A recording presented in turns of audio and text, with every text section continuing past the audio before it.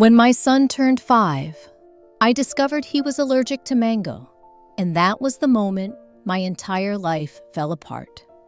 Because of that one detail, my husband's secret and his mistress were exposed.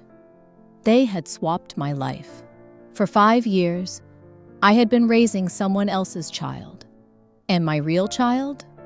Abandoned somewhere in a welfare home, left to live or die. I laughed. From that day on, I became the most loving mother in the city. I gave him everything: the most expensive toys, praise when he fought, freedom when he refused to study. I even donated an entire building just to get him into an elite school. Everyone said I loved my son more than life itself. Only I knew the truth. I was raising him to rot from the inside out. At his 5th birthday party, a single bite of mango mousse almost killed him. The most expensive toys, praise when he fought, freedom when he refused to study. I even donated an entire building just to get him into an elite school. Everyone said I loved my son more than life itself. Only I knew the truth. I was raising him to rot from the inside out. At his 5th birthday party, a single bite of mango mousse almost killed him. I froze. Both Ethan and I can eat mango. No one in his family has food allergies. The doctor frowned. Allergies are usually genetic, unless it's a rare mutation. Ethan immediately spoke up. It must be a mutation. That night, Lucas survived. He slept quietly in the hospital bed. I sat beside him, staring at his face. He looked so much like Ethan. And yet, a cold thought crept into my mind. Mango allergy is a dominant trait. If neither parent has it, the chances are extremely low. Details I had ignored before came rushing back all at once. His toes didn't match Ethan's. Ethan has a Greek foot, second toe longer. Lucas didn't.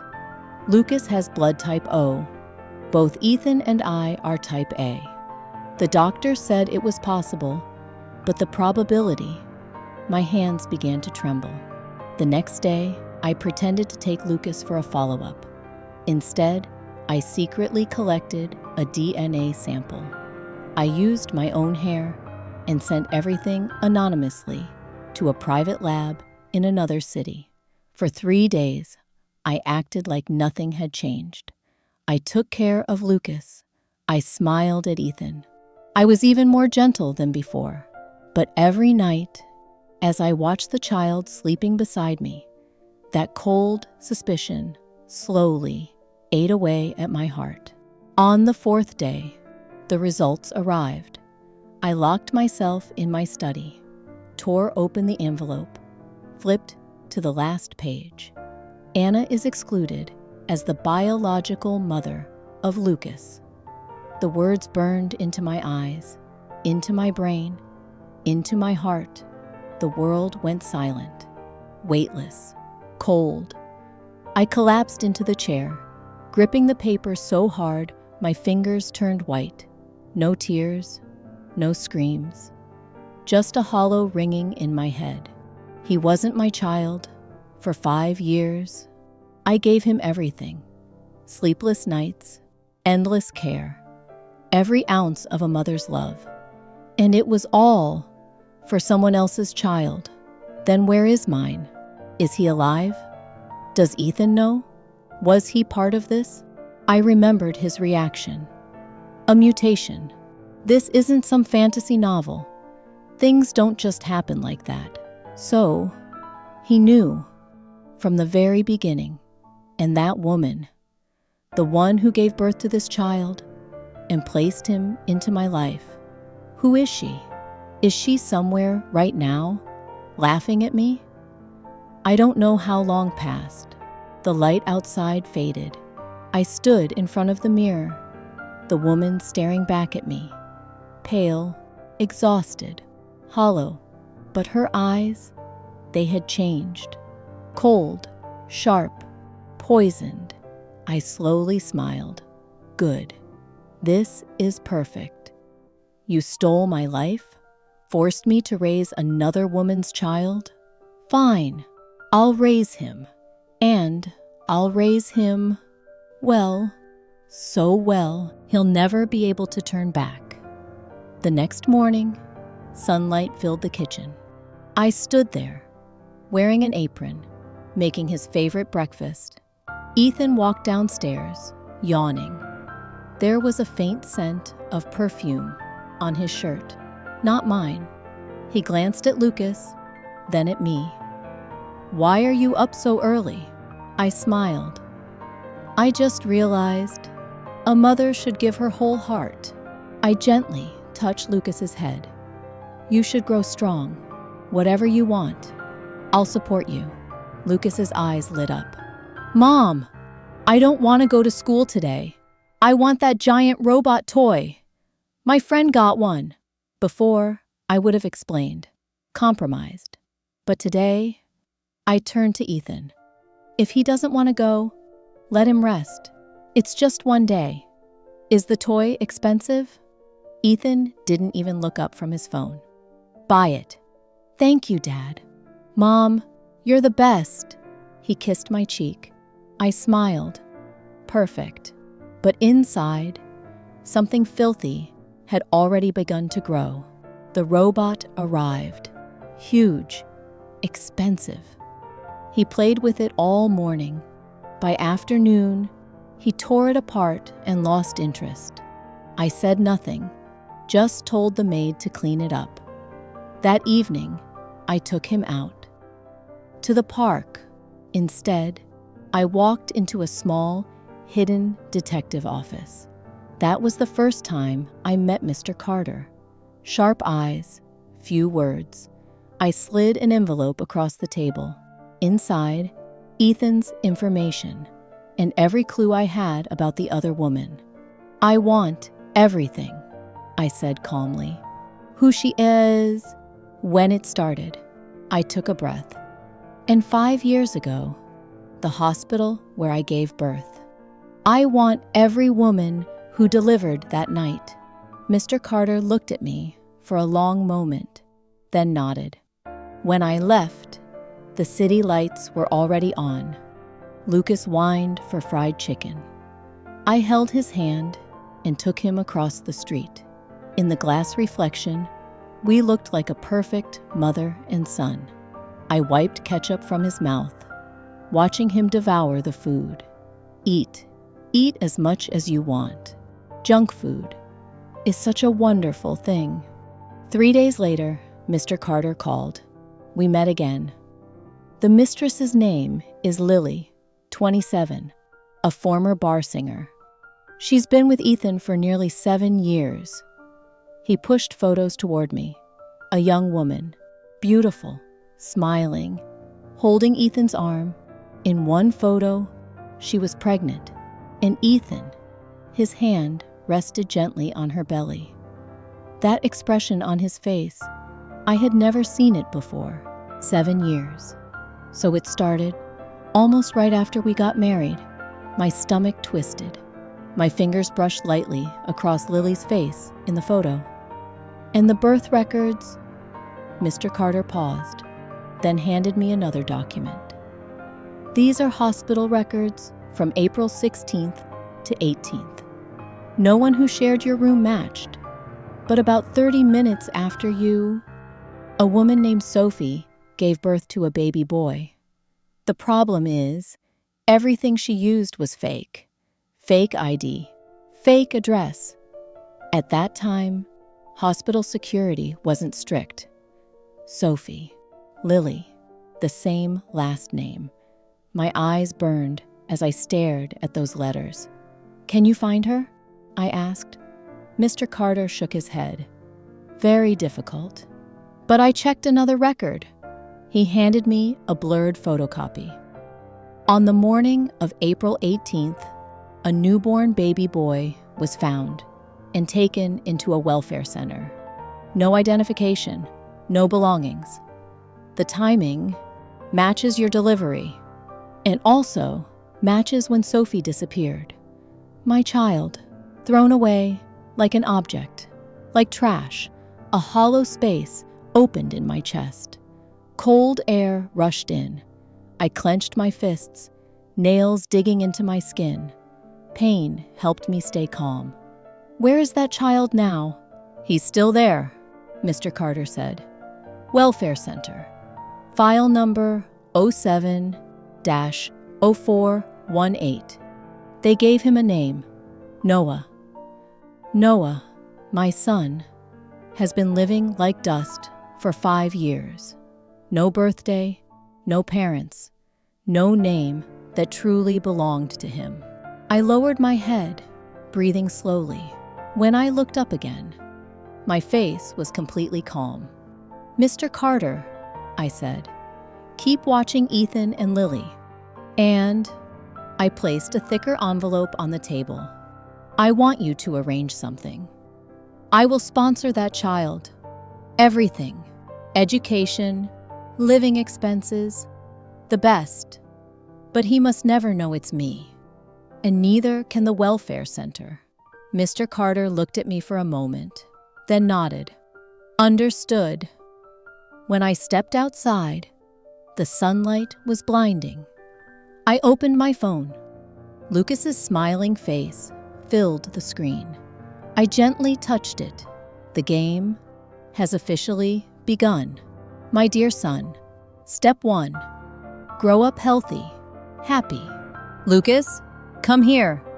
Try this, the new double cheeseburger. I smiled as I placed the oversized burger in front of him. Next to it, a large portion of fries covered in salt and cheese powder, and a giant cup of cola. Lucas's eyes lit up. He grabbed the burger and devoured it, sauce smeared all over his face. The nanny hesitated. Ma'am, children eating too much fried food, isn't that bad for their health? I cut her off gently. Everyone eats fast food these days. The important thing is that he's happy. He's growing. He needs more food. I wiped Lucas's mouth softly. Right, sweetheart? Is it good? So good. Mom, you're the best. That night, Ethan came home. He frowned at the leftover burger boxes. You let him eat this again?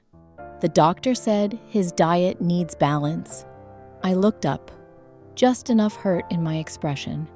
It's only once in a while. Besides, he got pushed at school today. He's just not strong enough. Boys need to be tougher, Lucas immediately complained. Dad, someone took my toy and pushed me. Ethan's expression softened. Who dares bully my son? I'll talk to the teacher tomorrow. No need, I said quickly. Kids fight. It's normal. As long as he grows strong, no one will dare touch him. I leaned gently against Ethan. Healthy food sounds good, but kids don't like it. Forcing them doesn't help. We can afford it. Let him eat what he likes. Ethan looked at Lucas, burping happily with a cola in his hand. Then he nodded. Fine, just don't overdo it. Of course, I wouldn't overdo it. I would simply make junk food part of his daily life. Breakfast, cake and sweet milk.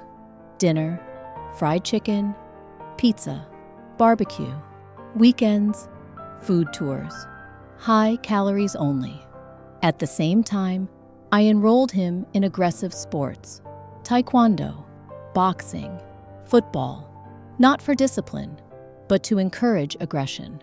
The first time, he made another child cry in class. The coach called me in. I smiled proudly.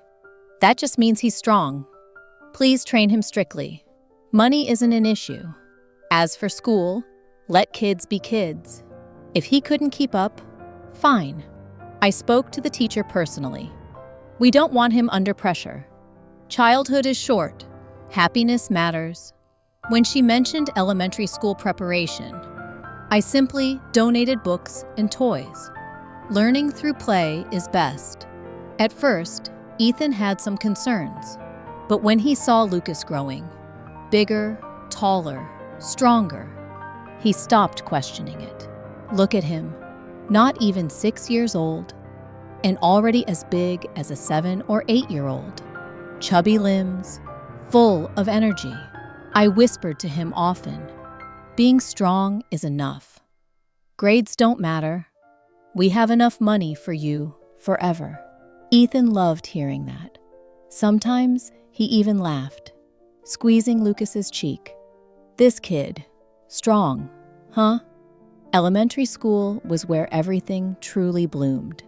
Under my perfect care, Lucas grew rapidly. By 10, he was severely overweight, but also tall. His skin turned rough. Acne spread across his face. He had no friends, too aggressive, too spoiled. So he depended on me even more and feared nothing. He solved everything with his fists. A classmate dropped his eraser. He flipped the desk. Someone reported him. He cornered them in the bathroom. During PE, he tripped other kids on purpose. Every time the school called me in, I followed the same routine. First, apologize sincerely. I'm so sorry.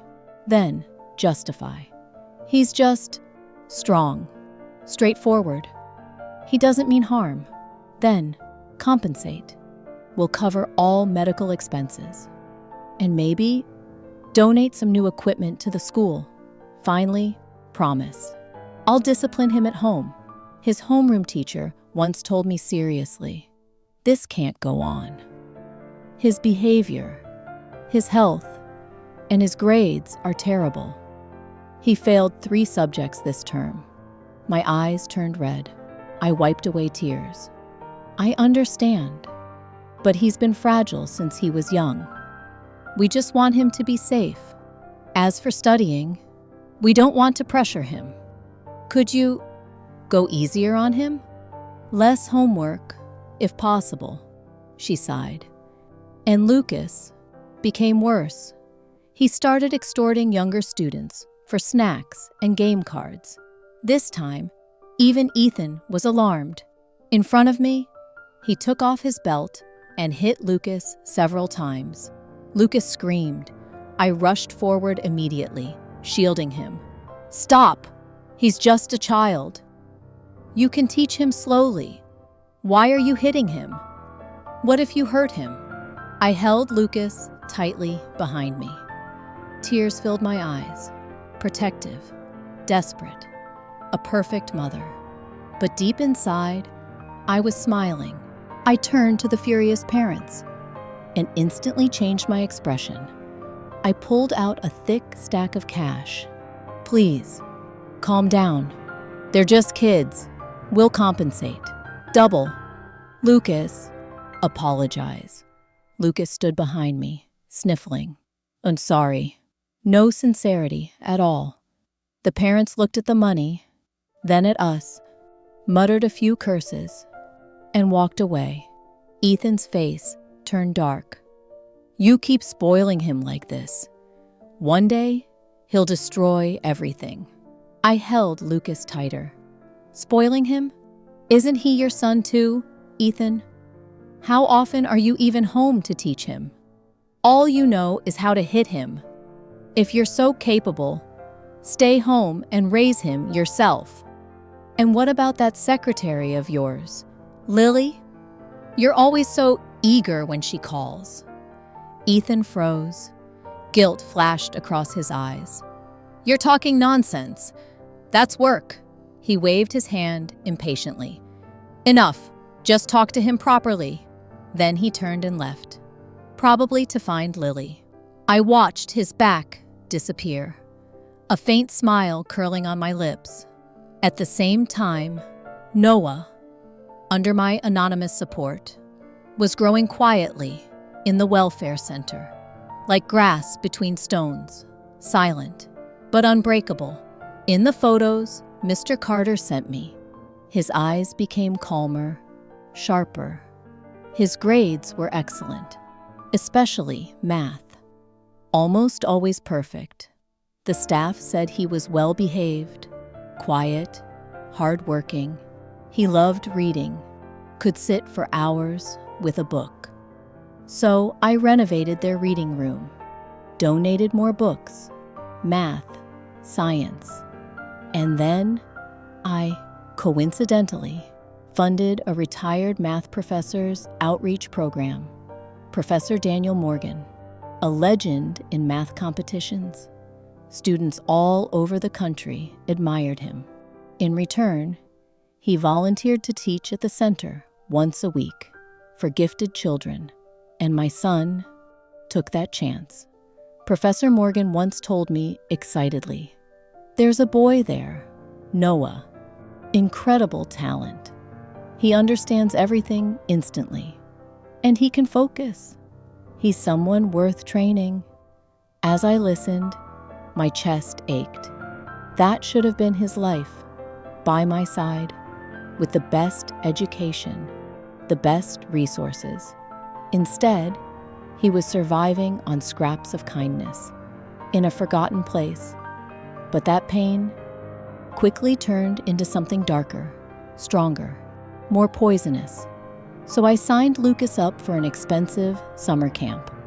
Wilderness survival, leadership training, deep in the mountains. It sounded impressive, but in reality, no discipline.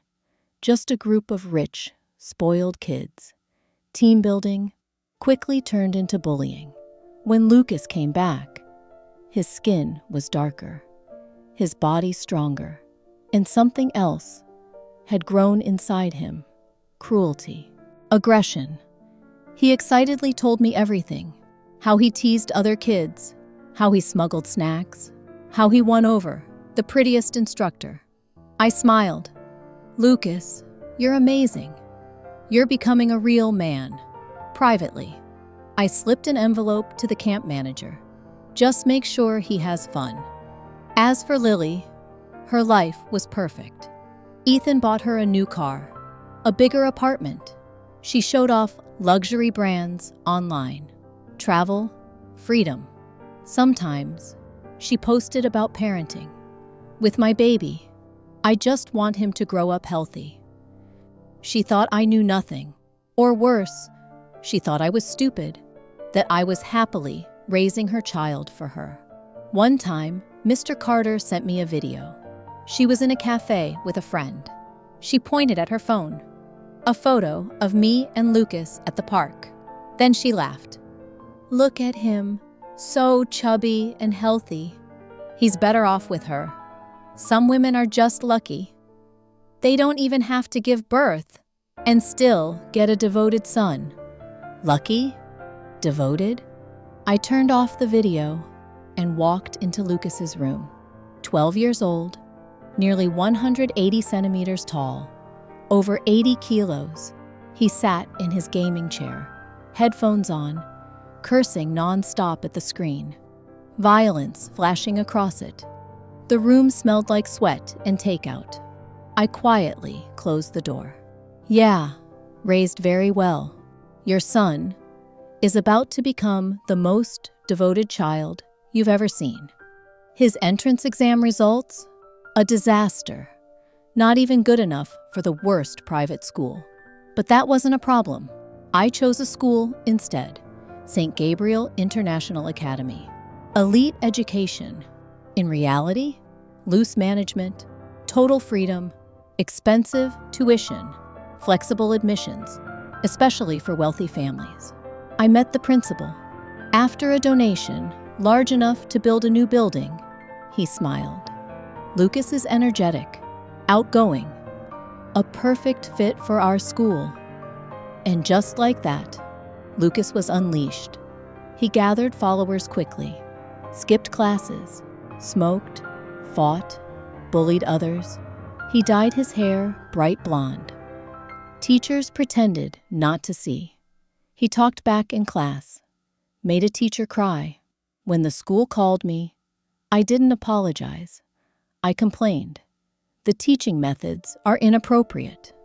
They hurt students' self-esteem. I want that teacher replaced. But the worst incident was in the parking lot. He didn't like a boy, so he brought people, used a baseball bat, broke 2 of his ribs. The police got involved. Ethan and I were called in. The other family demanded punishment. Ethan kept apologizing. "I'll pay everything." But me? I stood in front of Lucas, calm. Kids fight. Both sides are responsible. My son would never attack without reason. Maybe your child provoked him first? Teenagers are impulsive. And look, my son is injured too. I showed a tiny scratch on his arm. Medical fees will cover everything. But they're minors. Education should come first. A criminal record would ruin his future. Then I softened my voice. "We understand your pain. We'll compensate more. They go to the same school. No need to escalate this." Ethan grabbed my arm. "Anna, stop talking." I shook him off. "Am I wrong? He's your son, too." In the end, money solved everything. Connections helped. The case was closed. Mutual conflict settled. Lucas was suspended for 1 week. "At home," Ethan exploded. "Look what you've turned him into. He broke someone's ribs. What's next? Murder?" Lucas stood there, defiant. I sent him to his room. Then I cried. "Now you're yelling. Where were you before? You're never home. Is this all my fault? I just want him to live happily. That school, what did you expect? If you're so capable, send him to a top school." Ethan fell silent, guilty, confused. Then he slammed the door and left. I knew where he was going. Lily. During Lucas's suspension, I took away his phone, his computer, but I didn't let him rest. I hired the best life coach in the city, took him to real-life combat games, off-road racing, bungee jumping, stress relief, character building. He had the time of his life, forgot everything. 1 week later, he returned to school, worse than ever, a true king. His group grew bigger, and soon, he started mixing with real criminals. Lucas' allowance was no longer enough, so he started lying to Ethan, stealing cash from the house, even taking my jewelry, the pieces I rarely wore, and pawning them off. When I noticed they were gone, I didn't say a word. I simply replaced the safe with a better one. Then, I increased his allowance and told Ethan he's growing up. He needs money to socialize. We're not short on cash. Don't let him feel limited. Ethan was too busy with work. He waved it off. By 9th grade, Lucas was 16, 185 centimeters tall, over 100 kilos, his face swollen with fat, covered in acne, a faint mustache. He looked older than his age and far more dangerous, and the trouble he caused kept getting worse. One night, during an illegal street race, he drove Ethan's sports car, modified it himself, speeding out of control. He crashed through a barrier, almost plowed into a crowd. The whole thing was filmed, posted online. Ethan managed to suppress it quickly, but the damage was done. This time, he was truly scared. He grounded Lucas, took away the car keys, and for once, he lost control. He slapped him. Lucas snapped. He fought back, nearly pushed Ethan down the stairs. I rushed in, crying, pulling them apart. "Do you want to kill him? But I knew exactly where Lucas was. Mr. Carter told me. He went to Lily. That foolish woman, seeing her wronged son come running to her, she cried. She comforted him, cooked for him, gave him money, completely unaware that the child she switched had already become a monster. And me, I stayed at the hospital, caring for Ethan, the perfect wife, worried, devoted, but inside, I was laughing. Go ahead, reunite, enjoy your happy family. At the same time, Noah ranked first in the entire city on his high school entrance exam. He was accepted directly into the top high school, full scholarship. Professor Morgan emailed me. This child is exceptional, disciplined, focused, focused. With the right training, he could achieve something great. I've recommended him for the National Math Olympiad. If he performs well, he could make the provincial team, even the national team. My son. I looked at the photo attached, 16 years old, wearing a faded uniform, standing straight on stage, holding a certificate, top student. Sunlight fell on him. Clean, bright. Then, I opened another folder, the latest photo from Mr. Carter. Outside a neon-lit bar, Lucas, drunk, arms around two girls, laughing, decadent. One child, a diamond covered in dust, finally shining. The other, gold on the outside, rotten within.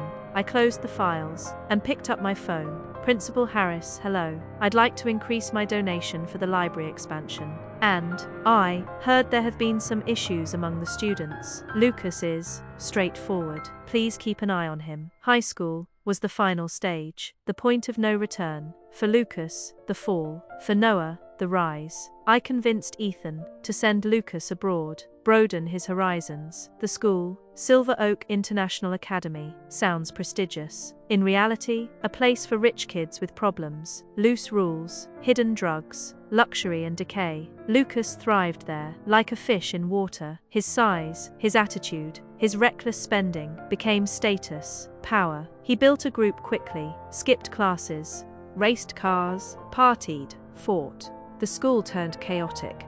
Teachers couldn't control it, didn't even try. I visited him often. Every time, I brought gifts, luxury clothes, new gadgets, expensive food. In front of everyone, I was the perfect mother, supportive, generous, understanding. You're young, I told him. Live freely, make friends. Ebald Nekoba, may he start your supply. Therefore I bowed out more. As for studying, just do your best. The school adored me. I was one of their biggest sponsors, a firm believer in their educational philosophy. No matter what Lucas did, money solved it, every time. Meanwhile, Noah ranked first in the entire. I tightened my grip on the phone. My fingers turned pale. My son was about to step onto a bigger stage, and I couldn't even go see him. Professor Morgan, I said calmly, even though my voice felt distant to me, please take good care of him. The competition, just let him do his best. Don't put too much pressure on him. And I hesitated. Before and after the event, could you take a few more photos of him? For the sponsor, we need some records. Of course, he replied immediately. During those days, I couldn't sit still. On the surface, I was busy cleaning up Lucas's latest mess. Drunk, fighting in a bar, property damage, police involved. I used money, connections, handled Ethan's anger. But in the dark, I followed every update from City B. Mr. Carter sent me fragments. No photos, only words. Noah is stable, clear thinking, strong performance. Until the final afternoon, my phone exploded. Notifications, calls, Ethan calling non-stop. I ignored him. I opened the top news video. A grand stage, bright lights. The host's voice echoed. The gold medal winner of this year's National Math Olympiad is Noah. Noah. From provincial Nomon High School. The camera zoomed in. A teenage boy, simple clothes, standing tall, walking onto the stage. He looked taller, sharper, his eyes calm, piercing, through the screen, straight into my heart. It was him, my son. He received the gold medal, placed it around his neck. Flashes, he looked up, straight into the camera. His eyes, clear, like a sky full of stars. 2 seconds of silence. Then, my deepest thanks to the stranger who has supported me all these years. If not for her, I wouldn't be standing here today. My vision blurred instantly. Blood rushed to my head, then turned ice cold. I covered my mouth so I wouldn't cry. 13 years, 4,700 days, and my son stood before millions, thanking a stranger. Then, another message from Mr. Carter, Lucas, and his friends, at a private club. Drugs, a new synthetic type, overdose suspected, several unconscious, ambulance called secretly, but it might not stay hidden. I finally answered Ethan's call. His voice was shaking. Anna, Something happened. Lucas, he's in the hospital. Drugs. I think drugs. The police might already be there. Come quickly. I hung up, changed into a dark outfit, light makeup, looked into the mirror, cold eyes, perfect composure. Finally, the day had come. I drove to the hospital. On the way, the radio reported, "Our team has won all gold medals at the International Math Olympiad, among them Noah with a perfect score. He grew up in a welfare center. Despite hardship, his talent and determination." I turned it off. Outside the emergency room, chaos. Ethan pacing like a trapped animal. Lily was there too, makeup ruined, crying, trying to rush inside, stopped by nurses, police taking statements. I walked in. Ethan grabbed me immediately. "Anna, what do we do? This time it's serious. Drugs, a whole group. Lucas is still inside." Lily rushed toward me, trying to grab my hand. I stepped back. She cried desperately, "Please, you have to save him. He's still young. He smell nether. He must have been led astray." I looked at the emergency room doors, then at them. Their pale faces, their fear. Inside me there was nothing left, only cold silence. I turned to the officer, my voice steady, controlled. "I'm his mother. He's young, immature, bad influences perhaps. Right now, we only care about his life. As for everything else, we will fully cooperate." The officer looked at me. "For now, we wait for the doctor's report. We will investigate everyone involved. Please stay calm." At that moment, a younger officer rushed over, whispered something in his superior's ear. His eyes briefly glanced at us. Strange. The officer frowned, then turned to us. "Mr. Ethan, Mrs. Anna, and Ms. Lily, please come with us to the station for further questioning." He paused. "We may also need to verify the guardianship of Lucas." Ethan froze. "Verify what? We are his parents." The officer didn't answer, just gestured for us to follow. As we walked toward the elevator, suddenly the hallway erupted. Reporters, cameras, live streams, flooding in. At first, they rushed toward the emergency room, but then they saw us, walking with the police, and instantly they changed direction. "Are you the parents of Lucas? Regarding the drug incident tonight, do you have anything to say? Mr. Ethan, your son is reportedly involved. Did you know? Mrs. Anna, as his mother, do you consider this a failure of parenting?" Questions fired like bullets, flashes blinding. Ethan snapped. "There's nothing to say. My son's life is what matters right now." Lily hid behind him, terrified. "And me?" I lowered my head, pressed my lips together. The perfect image of a helpless, ashamed mother. Then, another wave of noise, louder. Another group of reporters moving toward us, surrounding someone. A boy, white shirt, jeans, tall, straight, calm, a gold medal shining on his chest. "Noah." My steps stopped. My heart clenched. The reporters rushed him. "Noah, congratulations. Perfect score at the International Math Olympiad. You just landed. Why come straight to the hospital?" He stopped. His gaze swept across the crowd. Then, for a brief second, it passed over me. No emotion, then gone. He took the microphone, his voice steady, tired, but clear. "Thank you for your concern. I'm fine. I came here because my mentor told me the person who supported me all these years is here. I came as soon as I landed. I wanted to thank her in person. If not for her, I wouldn't be who I am today." The reporters exploded, cameras turned. Professor Morgan stood beside him, gently placed a hand on his shoulder. Then, his eyes found me, a small nod. My heart pounded. He told Noah. He only knew I was the sponsor, nothing more. This was never supposed to happen. But suddenly, something warm rose inside my chest. My son came here to thank me. Guided by Professor Morgan, Noah walked toward me, step by step, steady, the medal swaying slightly under the lights. Ethan and Lily were still lost in their panic. They didn't even notice. Noah stopped in front of me, close, very close. I could smell it, sunlight, books, so different from the sterile hospital air. He was taller than me now, had to look down slightly. His eyes, clear, bright, calm, filled with gratitude. He spoke, his voice not loud, but every word cut through the noise. "Are you Mrs. Anna? Professor Morgan told me. Thank you. For everything you've done for me. For supporting me all these years.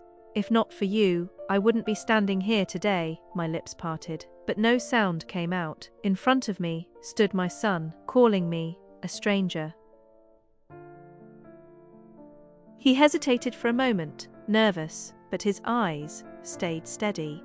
"I know this might be sudden, but to me, you're like a light. You lit up a life that could have been dark." He took a breath. "I grew up without a mother. If you don't mind, quot, zipple sick, quot, question normal, quot Kate me. Can I call you Mom? Quot." Silence. The entire hallway froze. Even the reporters who were questioning Ethan and Lily turned their cameras. This moment was too powerful. A math Olympiad champion asking to call his sponsor mother. My tears broke instantly. Not acting, not fake, real, overwhelming. My son, the child I lost for 18 years, was standing right in front of me, brilliant, strong, and yet, he didn't know who I was. I couldn't speak. I nodded again and again. My hand reached out, wanting to touch him, but afraid. Then, a reporter suddenly said, "Wait, does anyone else see this? Mrs. Anna and Noah, they look similar, like a stone dropped into water." All eyes locked onto us. Closer, closer, the nose, the eyes, the lips. Yet, they really do look alike. Is it just the angle? Or, sheer, whispers spread. Cameras zoomed in. Ethan turned, looked at me, then at Noah. Confusion, then pure horror. Lily still hadn't noticed. Noah froze, clearly caught off guard. He touched his face unconsciously. The air, tight, silent. Then, the emergency room doors opened. A doctor, 2 officers. One stepped forward, holding a file. His eyes stopped on me. "Mrs. Anna," his voice was heavy. "Regarding Lucas, we conducted a rapid DNA comparison." He opened the file. The conclusion, clear, visible, in front of everyone. "You are not the biological mother of Lucas." Explosion. If before, it was just suspicion, now it was truth. A bomb. Everyone froze. Then, looked at me, looked at Noah, looked at Ethan. The resemblance, the DNA. Pieces falling into place. He's not her son, then whose child is he? And Noah, the one who looks like her, could it be Otsmain? I stood there, frozen. Then suddenly, I turned to Ethan, my voice shaking, broken. "Ethan, what is this? Lucas isn't my child. Then who is he? Where is my son?" I grabbed him, shook him violently, tears pouring down, half real, half 18 years of pain finally breaking free. Ethan's face turned grey, his lips trembled. "Anna, listen, it's a misunderstanding." "Misunderstanding?" I screamed, pointing at the report. "DNA is wrong too. What did you hide from me? Where is my son?" The chaos reached its peak, and then Lily broke.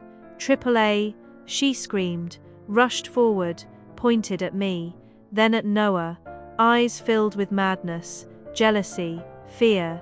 Yes, it was me. I switched the children. Silence shattered. "Why should your son live in luxury while mine suffers? My son is Ethan's child. He should inherit everything." She pointed at Noah, rage twisting her face. "That thing deserved to grow up in a welfare center. No, this isn't possible. He should be collecting trash, working on construction." In the end, everything settled into something deeper. Not anger, not hatred, but a quiet, unbearable sorrow. And me, the moment Lily confessed, it felt like all my strength was drained away. My hand slipped from Ethan's arm. I staggered back. Then slowly, very slowly, I looked at him, at Noah. In my eyes, there was real pain, guilt, disbelief, and a fragile, almost shameful joy of finding something I had lost. My lips trembled, tears blurred my vision, but I kept looking at him, my son, the boy who had just asked to call me Mum without knowing. "Why you I reached out, my fingers shaking, pointing at him, then at myself, but no words came out. Noah stood there like he had been struck by lightning. Around us, flashes exploded, voices shouted, Lily screamed, Ethan stood frozen, police shouted for order, but all of it felt distant. Time stopped, and then I saw it. In his eyes, that final layer of confusion gathered into tears. One drop fell. His lips moved. From deep within his soul, carrying everything, 18 years of separation, Mom, a single word, light yet unbearably heavy. It crossed 18 years of loss and finally found its place. I couldn't hold back anymore. I stepped forward and held him tightly. His body stiffened at first, then slowly he relaxed, and finally he held me back. Between us, his gold medal pressed cold against my chest, but it wasn't colder or warmer than blood. Around, headlines exploded across the internet. Math Olympiad champion revealed as the real heir. Mother endures 18 years. Finally reunites with son. Fake son arrested for drugs. Real genius returns. Under police supervision, Ethan and Lily were taken away. Pale, broken, waiting for them was not just the drug case, but the crime from 18 years ago. Switching babies, abandonment, and me. I held my son's hand, the one I lost, the one I found again. With my lawyer and Professor Morgan beside us, we walked out of the storm. 3 months later, Lucas was formally charged. Drug use, distribution, multiple offenses. Ethan tried everything, but the evidence was overwhelming. Public pressure crushed him. Lily, as one of the masterminds, faced charges as well. Their empire collapsed, contracts gone, reputation destroyed. And me? I filed for divorce, immediately. With his infidelity and financial misconduct, the case was swift, clean. I took back my company, and legally, half of his. To survive, Ethan agreed to everything. The day we signed the papers, the sun was bright. I walked out of the courthouse. Noah was waiting for me. White shirt, straight posture, warm smile, 2 cups of coffee in his hands. Mum, he said naturally, handing me one. Professor Morgan said there's an international conference next month. He wants me to go. I took the cup, still warm, linked my arm with his, felt the sunlight on our skin. Go, I said softly. Wherever you want to go, whatever you want to do, I'll support you. I looked at him, my son, brilliant, radiant. Then, I glanced back at the courthouse, as if I could still see Ethan and Lily inside. Destroyed. I raised someone else's child, ruined him, spent my husband's fortune, took half of his empire, and in the end, I got everything back. My career, my life, and my son. The one who shines like light. This ending is just right. Chen, I stopped myself.